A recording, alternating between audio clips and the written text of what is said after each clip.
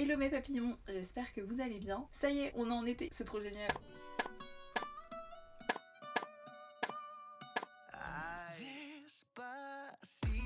J'adore tellement cette saison que je deviens complètement crazy, je suis désolée. J'espère que de votre côté aussi vous pétez la forme. Bon, en fait là, je suis en train de vous tourner cette vidéo juste après un job, donc forcément...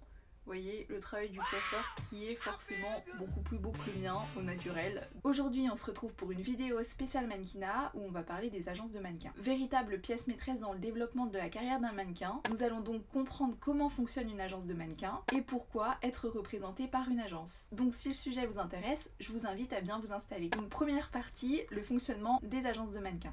Leur but principal est de représenter les mannequins lors de leur job. Elles fonctionnent généralement avec des magazines de mode, des agences de pub, des maisons haute couture et de prêt-à-porter, que ce soit en France ou à l'étranger. Leur objectif est donc de découvrir de nouveaux talents, de former les nouveaux mannequins, leur constituer également un book et leur proposer des castings. Les agences de mannequins s'occupent de toute la partie logistique pour les mannequins, que ce soit du contrat, des plannings, des transports. C'est l'agence qui s'occupe de tout ça pour faciliter la vie des mannequins. Elles ont pour objectif de vous trouver des contrats et de négocier les cachets.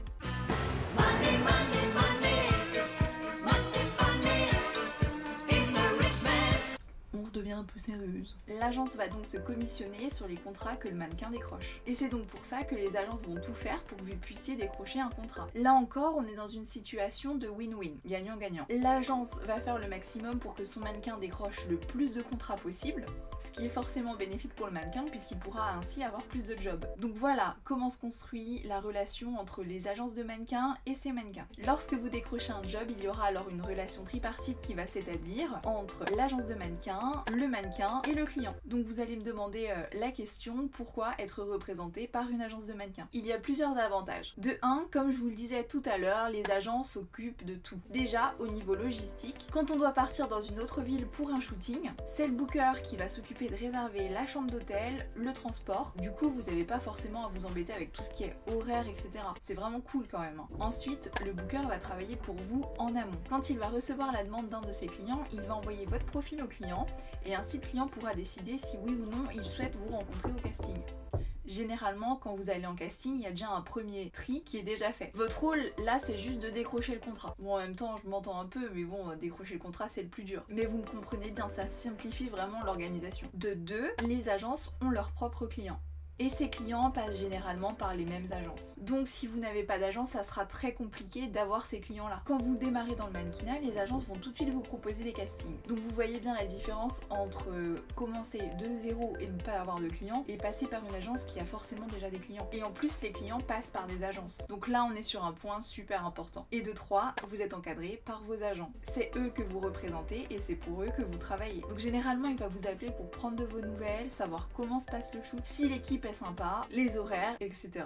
etc. C'est lui qui établit votre contrat de travail. Donc pour lui, tous ces éléments sont hyper importants et il vous défendra s'il y a des petits soucis. Donc vous voyez, les avantages pour entrer dans une agence de mannequins sont vraiment non négligeables. Cependant, vous devez super faire attention au choix des agences. Petite minute conseil. Premier conseil, choisir de bonnes agences. Certains clients ont des listes d'agences avec qui ils travaillent le plus souvent. C'est super important de connaître les références des agences pour savoir avec quels clients elles travaillent. Ainsi, vous pourrez alors voir si ça correspond à vos attentes. Et deuxième conseil, c'est faites attention aux arnaques. Quelques fausses agences peuvent vous promettre monts et merveilles pour vous faire payer une somme. Les vraies agences de mannequins ne vont pas vous vendre du rêve. Elles vont vous expliquer comment elles fonctionnent et comment vous allez pouvoir travailler ensemble, tout en restant ultra réaliste. N'hésitez pas à poser surtout des questions aux agents lors de votre premier rendez-vous auprès des agences. Comme ça, de 1, vous allez montrer votre motivation et comme ça, en parallèle, vous vous renseignez sur l'agence, comme ça, vous pourrez savoir si elle en vaut le coup. Donc, voilà ce que je pouvais vous dire sur les agences de mannequins.